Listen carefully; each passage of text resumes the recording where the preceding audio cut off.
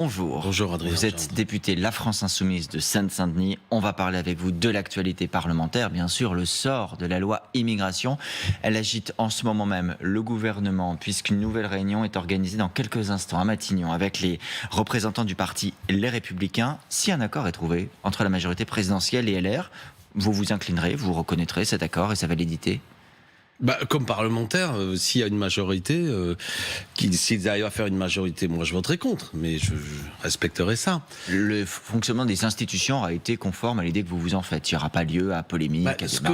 Ce qu'on a vu là-dedans, c'est que le gouvernement est minoritaire. On l'avait oublié parce que quelque chose se banalise. Puisque vous parlez des institutions, c'est l'utilisation abusive du 49.3. Là, la bonne nouvelle, c'est qu'il a dit qu'il n'y aura pas de 49.3. Mais d'abord, je commence par là, c'est-à-dire parce qu'il y a eu des mots piquants. J'ai entendu qu'on nous aurait reproché.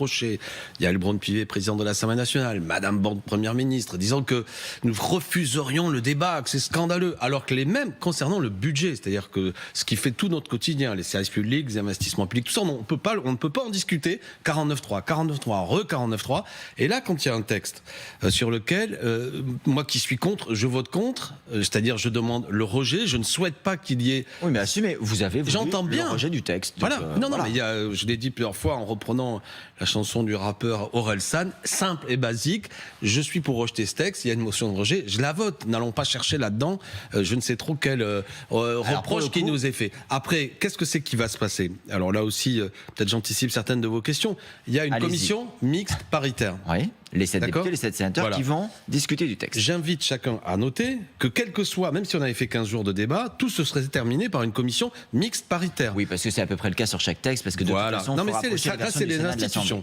Qu'est-ce qu'une commission mixte paritaire? 14 personnes. Mais jusqu'à présent, tout ce que vous dites, j'ai l'impression que la situation vous convient très bien. Vous avez voté le rejet, le gouvernement fait son travail, dont acte. Il y a une défaite pour Gérald Darmanin, parce que sa méthode, c'était aussi la manière dont il voyait les choses, a échoué. On ne peut pas marier le contraire comme il essaie de le faire. C'est un texte dont en vérité... Il a tenté l'équilibre. Marier le contraire, c'est trouver une position d'équilibre. Alors, il a bien fait, mal fait, mais... Oui, mais parce que, je veux dire, moi, la manière dont j'analyse les choses, c'est que ce texte, quand même, la pente naturelle de ce texte est quand même sur la droite. Le fait qu'il ne soit pas arrivé à trouver un accord avec la droite tient aussi, je pense, de la méthode et du style Darmanin, qui essaie par moments un peu, peut-être, pardon l'expression triviale, d'embrouiller un peu tout le monde ou de pas vraiment créer les conditions que la droite s'y retrouve. C'est son affaire. Moi, c'est un texte, pourquoi il ne m'allait pas? C'est qu'il multiplie les tracas envers les étrangers en voulant finalement dire quoi aux Français qui sont confrontés à beaucoup de difficultés.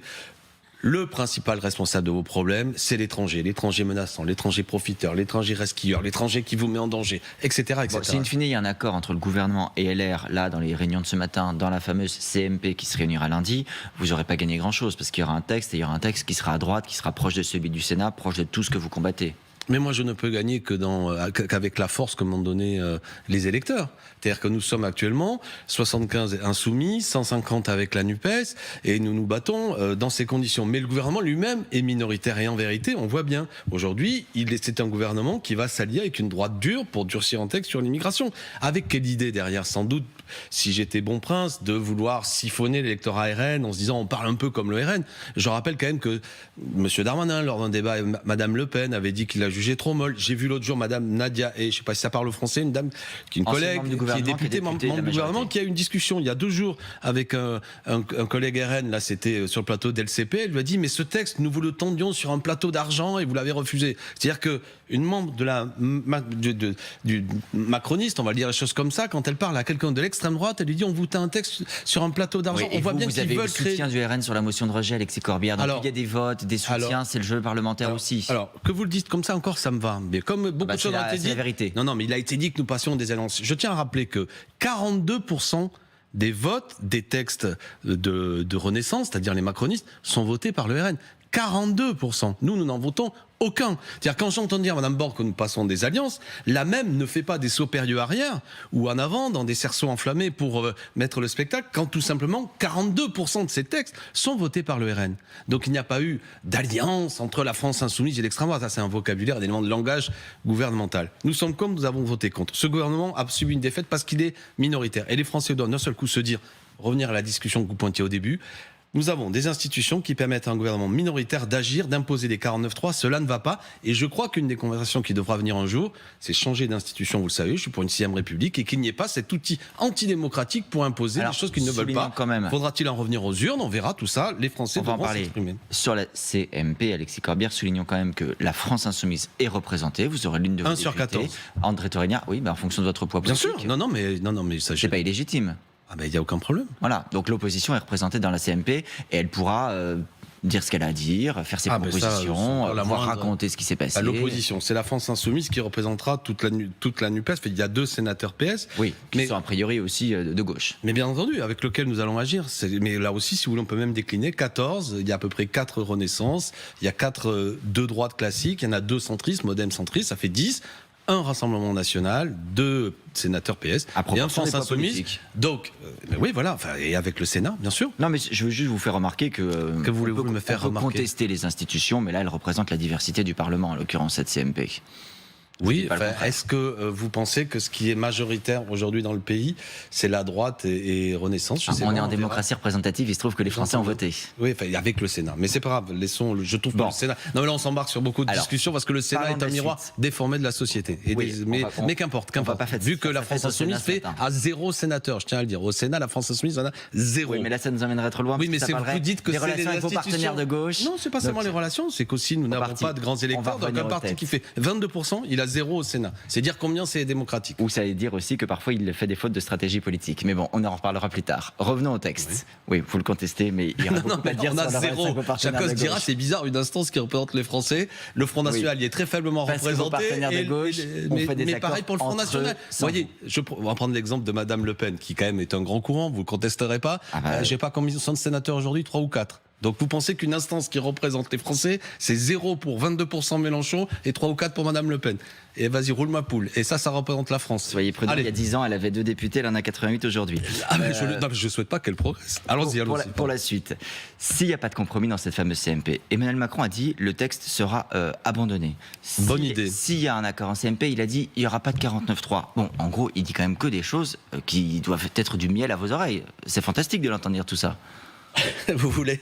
Je veux que vous me félicitiez.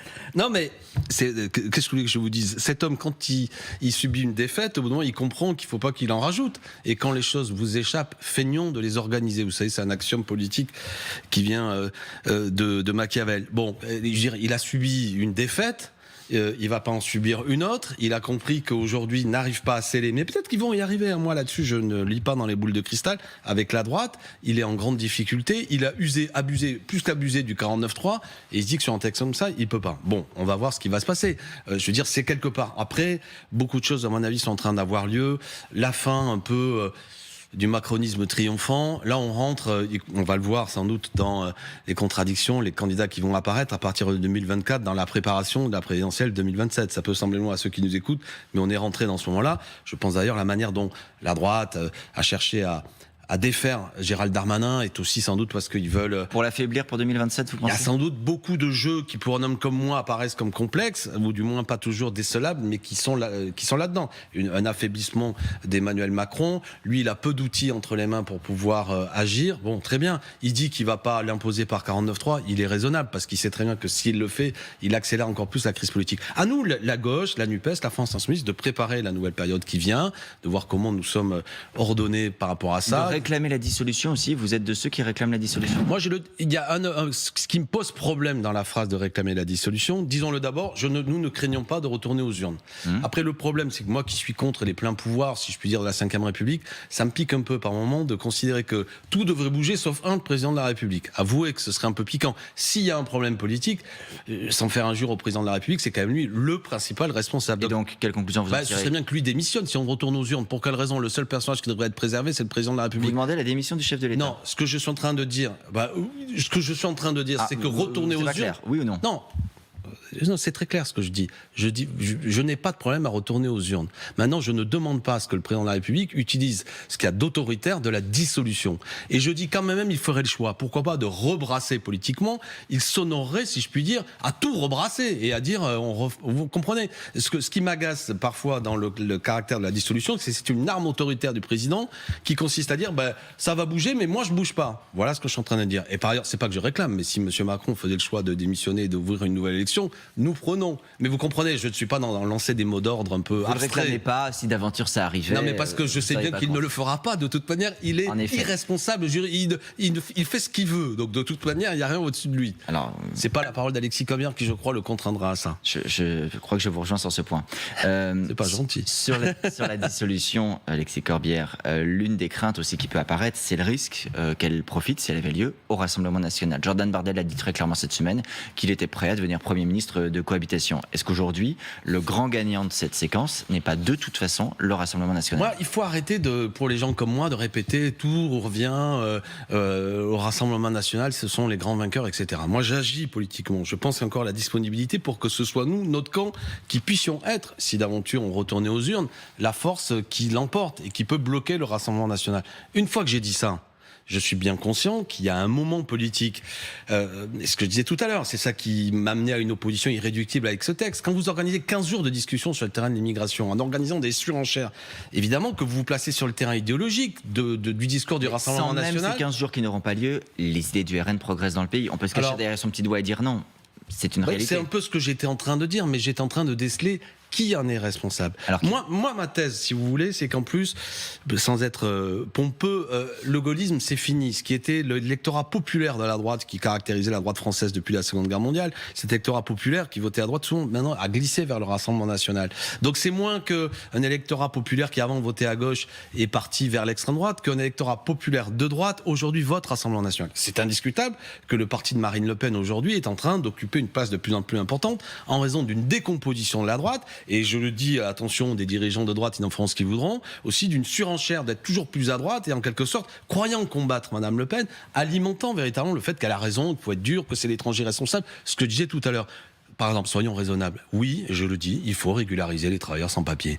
Et c'est bon pour tout le monde, c'est bon pour les travailleurs français. Ça amène à ce qu'il y a souvent une concurrence déloyale, organisée par des patrons peu scrupuleux qui préfèrent embaucher des gens en situation irrégulière pour tirer les salaires vers le bas. Donc on aurait tout à y gagner. Des gens de droite pourraient même avoir une opinion là-dessus claire, de dire on a tel ou tel point de vue sur l'immigration, mais les gens qui sont là, qui travaillent, qui occupent des emplois, régularisons-les pour les sortir de la précarité. Il y a quelques conditions de régularisation prévues dans le texte du Sénat, très réduites et trop réduites pour vous, mais il y en a. Non, oui, peanuts, comme on dit, peanuts. Moi, je parle vraiment sur les secteurs dits en tension. Et vous savez que nombre de gens, quand vous commandez un aliment, il ne faut pas le faire, mais beaucoup le font avec votre téléphone, qui vient vous livrer avec sa mobilette, lui, il n'est pas considéré comme secteur en tension. Adressez la parole à la personne qui vous amène les choses, vous verrez qu'il est souvent quelqu'un d'ultra précarisé, qui se met en danger, etc. Je pense qu'y compris tout ça, si c'était régularisé, on sortirait de la précarité. Bref, ce que je suis en train de dire, c'est que je pense que la droite elle-même s'est mise dans une situation de se livrer, si je puis dire, de se jeter dans la gueule de l'extrême droite. Bon, à nous, les gens comme moi, de faire un contre-discours, une explication politique qu'autre chose est possible, qu'on peut s'en sortir tous collectivement.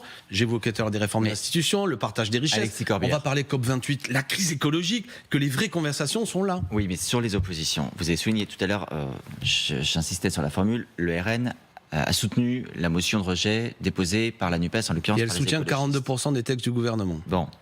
Si c'était l'inverse, si demain, sur de prochains textes que vous contestez, la motion de rejet qui est tirée au sort, ce qui est tirage au sort pour les examens de motion de rejet, est une motion RN, vous pourriez la voter pour faire barrage au texte ou par principe? Nous avons pour l'instant comme règle de ne pas voter les motions de rejet présentées par l'extrême droite. Voilà. Pourquoi ? Parce que nous ne souhaitons pas donner de victoire à l'extrême droite et ça nous amène à avoir des discussions, mais pour l'instant de la même façon que nous ne votons pas les amendements proposés par l'extrême droite, nous ne voulons pas les centraliser, nous ne voulons pas leur donner un leadership, une importance politique. Je veux dire, je suis un homme qui à la fois est un opposant à la politique d'Emmanuel Macron, mais considère que si Madame Le Pen l'emportait, ça empirerait encore la situation du pays. Je connais l'histoire, je connais la dynamique que porte l'extrême droite, qui va fracturer le pays, qui va considérer qu'une partie de nos concitoyens ne sont pas véritablement français. C'est la logique, vous savez, d'un vieux débat. Nation civique contre nation ethnique. Je suis porteur d'une nation civique, l'égalité des droits. Que le veuille ou non, quelle que soit la manière dont se dissimule, Madame Le Pen est dans l'idée de la nation ethnique, de ceux qui ne sont pas vraiment français, des Français de papier, tout ça. Donc, je ferai toujours barrage contre l'extrême droite. Mais vous dites quand même, nous avons des discussions en interne, il y a un sujet là-dessus. Bon, pour l'instant, il n'y en a pas. Pour l'instant. Non, mais voilà. Mais après, la politique, c'est prendre les choses concrètement. Mais j'observe que nous, on est assez clair là-dessus. Et j'ai redonné le chiffre. Notez-le bien, ceux qui nous regardent. 42% des textes du gouvernement sont votés par le RN, sans que Madame Borne. Je crois que c'est la troisième fois. La pédagogie, c'est l'art de la répétition. Mais là, parce qu'eux répètent beaucoup. Eux répètent beaucoup. Je viens d'entendre pendant 3 jours le fait que nous faisions des alliances LFI, RN. On a dit que c'était dans l'autre sens. En l'occurrence, vous avez eu un soutien de Nous, RN. nous sommes le barrage. Eux, ils sont le passage des idées d'extrême droite. Ils sont le passage. Oui, des idées d'extrême droite. Oui, clairement. En quoi Je crois. Alors, je voulais dire que je répète, mais quand on explique qu'il faut un texte absolument pour durcir la situation des étrangers dans ce pays, parce qu'ils sont responsables des problèmes. Il y a une mesure qui vous convient pas que pour autant ce soit une mesure, un texte fait de 50 articles qui n'est pas utile. C'est la priorité des Français. Mais vous n'avez pas l'impression qu'aujourd'hui, on a de la part de M. Darmanin une posture, je le répète sans doute parce qu'il pense qu'il combat l'extrême droite. Il m'est apparu qu'à la dernière présidentielle, il y avait un second tour entre Marine Le Pen et Emmanuel Macron, et je crois qu'Emmanuel Macron combattait Marine Le Pen, à tel point qu'il en a été élu face à elle. Je suis précisément en train de dire que ces gens qui ont été élus pour faire barrage, il a fait souvent font le passage. Oui, mais observez, alors on reprend. En 2017, c'était déjà l'histoire.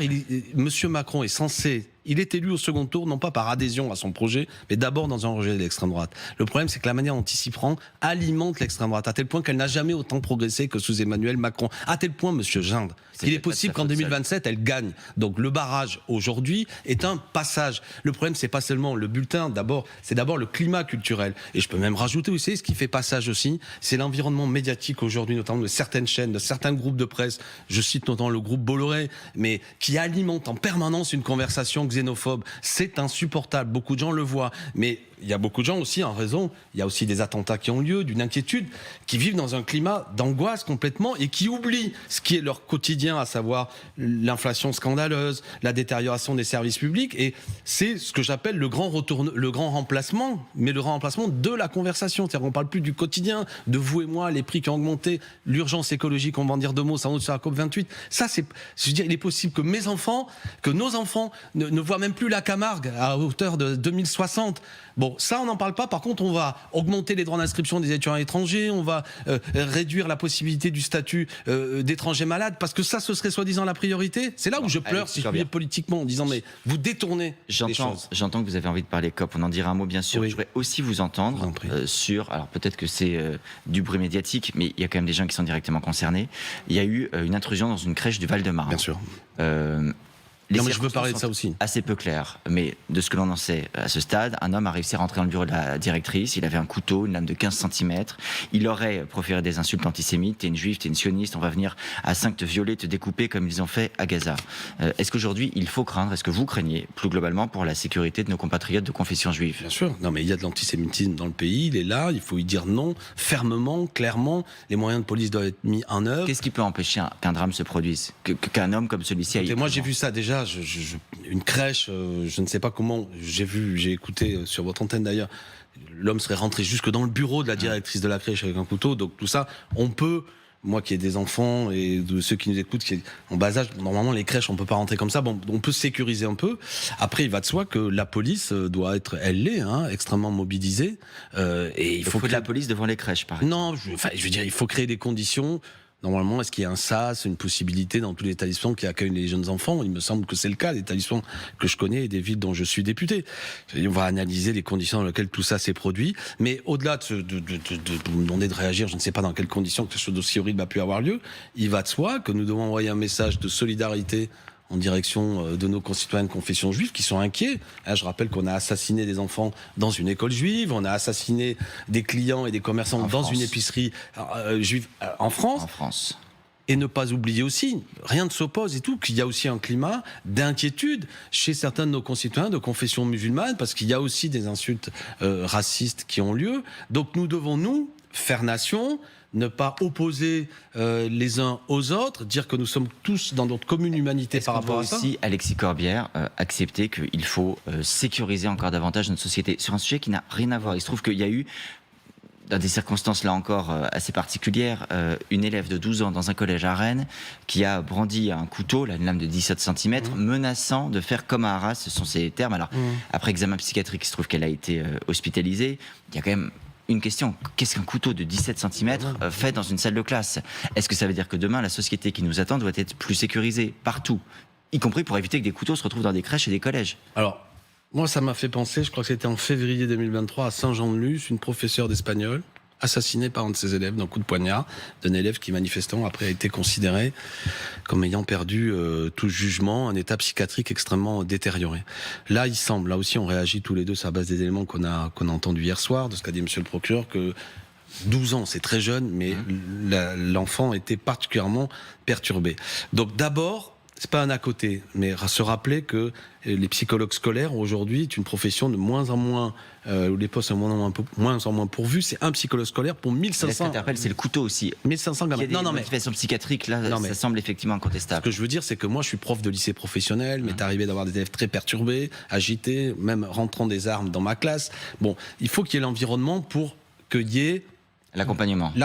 Ça ne réglera pas le problème, mais des élèves, on les voit monter des fois, les élèves, là, sur une semaine ou sur une journée. Donc on peut, et les profs sont souvent très désarmés, si je puis dire, très peu outillés pour tourner un adolescent en crise ou manifestant en crise vers un professionnel. Ça, c'est une chose. Après, comment on renforce la sécurité des établissements ? Il faut sans doute se donner les moyens aussi de surveillants. Mais vous soutiendrez pour le coup le gouvernement s'il propose une sécurisation, par exemple, renforcer des établissements, des moyens. Non seulement c'est pas que je le soutiens, c'est que je suis mobilisé. Moi, dans ma ville à Bagnolet, il y a eu dernièrement une mobilisation sur des collèges parce qu'il n'y a plus de surveillants, plus de médecins scolaires, plus de psychologues scolaires. Donc je ne serais pas pour qu'ils fassent d'un seul coup une grande posture en disant qu'ils sont pour sécuriser, alors que c'est eux qui affaiblissent et qui mettent en danger souvent les professeurs parce qu'ils ne leur donnent pas les moyens vraiment de se protéger. On a évoqué beaucoup de sujets qui sont très noirs pendant cet entretien. Il y a au moins une bonne nouvelle, en tout cas pour ceux qui y ont contribué, c'est l'accord à la COP28. Bon. Bonne ou mauvaise nouvelle pour vous ? Est-ce que vous dites super, il y a eu un accord, ou catastrophe, c'est un mauvais accord ? Non, mais c'est insuffisant, je veux dire. Oui, mais il y a un accord. Ça aurait pu finir sans accord. Non, mais verbal, sans aucun engagement, qui ne prend aucune échéance, qui ne contraint rien. Je veux dire, on parle de choses sérieuses. On parle du fait qu'aujourd'hui, la trajectoire sur laquelle nous sommes, nous risquons d'arriver assez rapidement à plus de 2 degrés, alors que la COP21 a fixé de ne pas arriver à 1,5. Ce dont on parle, c'est de la possibilité, à échéance de 50 ans, qu'il y ait une montée des eaux de 2,9 mètres. Mais je veux bien me réjouir, mais je veux dire, c'est un attrape-gogo, c'est ça le problème. J'aimerais tellement me réjouir, j'aimerais tellement dire enfin des mesures ont été prises. Là, il y a un terme, selon qu'on le traduit en français ou en anglais, qui dit transition hors des énergies fossiles, il n'y a pas marqué sortie des énergies fossiles. Alors, prenons-le positivement puisque c'est bientôt Noël, prenons-le avec inquiétude parce que malgré tout, restons lucides, mais l'urgence écologique, elle est toujours sur la table.